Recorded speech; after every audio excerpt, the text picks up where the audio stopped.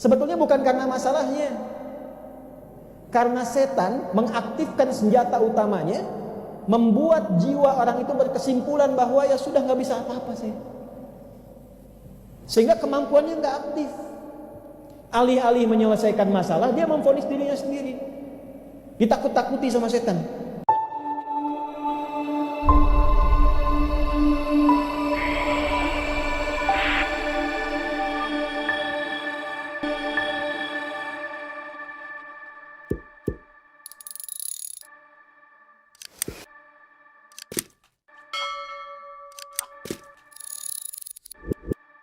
Kalau sedang sedih di rumah tangga, masalah banyak dan sebagainya, surat Yusuf misalnya. Surat Yusuf. Ya, ada orang-orang yang pakar, para ulama di bidang ahli Al-Quran, mengeluarkan keutamaan surat dan ayat-ayat Al-Quran. Semuanya punya topiknya masing-masing.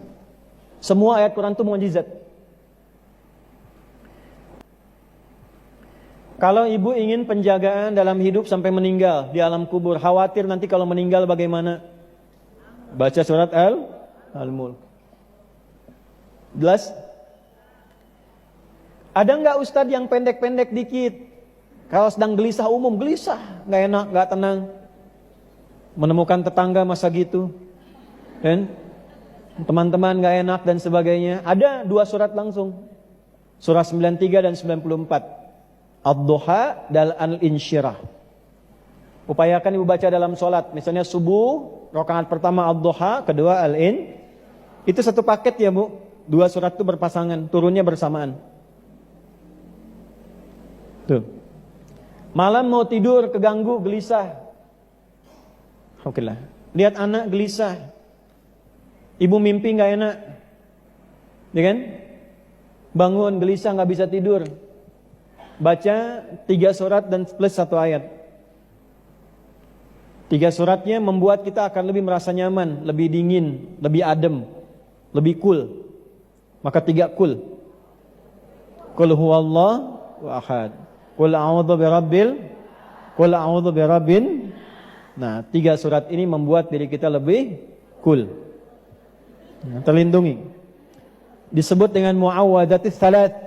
3 surat minta perlindungan dari kegalauan akibat gangguan-gangguan syaitan. Jadi ada nanti dari 7 itu, selain makna tawakal kepada Allah, makna khauf juga, memang satu andalannya setan, senjata andalan setan untuk membuat manusia frustasi sampai mengakhiri hidup. Ditemukan di mana itu? Ali Imran, pindah. Surah keberapa? Ketiga. Ayat berapa? 175. Innama dzalikumus syaitanu yukhawwifu awliya'ah. Quran surah ketiga ayat 175. Ada?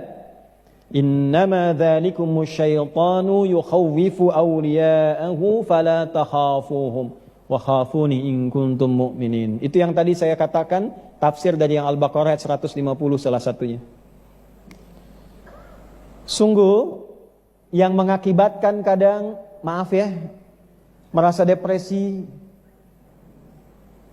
anxiety, kebingungan, kegalauan, kegelisahan yang dalam, sampai menghukumi ini nggak mungkin, nggak bisa, stres dan sebagainya, nggak bisa melakukan apa-apa. Itu salah satu faktor yang terdalamnya. Sebetulnya bukan karena masalahnya, karena setan mengaktifkan senjata utamanya, membuat jiwa orang itu berkesimpulan bahwa ya sudah nggak bisa apa-apa saya. Sehingga kemampuannya nggak aktif. Alih-alih menyelesaikan masalah, dia memvonis dirinya sendiri. Ditakut-takuti sama setan. Itu bahasanya. Innama dzalikumus syaitan. Itu yang menyebabkan demikian itu setan. Yukhawwifu awliya'ahu. Memberikan ketakutan, menanamkan kegelisahan, membuat depresi, tidak tenang, anxiety dalam dirinya, terus gak enak. Tapi itu hanya bisa terjadi kalau diikutin setannya. Jadi kalau dalam suara hati ada yang mengajak ibu supaya pesimis, depresi, memvonis diri, jangan diikuti. Itu setan. Bu jangan lihat saya begitu. Setan itu yang, bukan saya. Saya ulang ya. Siapa itu? Setan, yang menyebabkan itu setan. Jadi kalau ibu sedang punya masalah, terus tiba-tiba dalam hati gitu. Dah kamu mah emang begitu.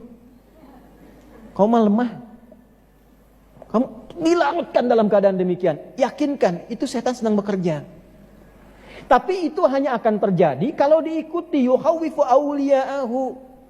Membuat, menanamkan, menghadirkan rasa takut, depresi kepada yang mau ikut dia. Lalu kata Allah begini, fala takhafuhum, jangan diikuti. Bu, jangan diikuti. Jangan takut dengan bisikan setan, jangan khawatir. Lawan itu, lawan. Gak benar nih. Kamu pasti bisa. Gak benar. Paksa sholat, paksa baca Quran.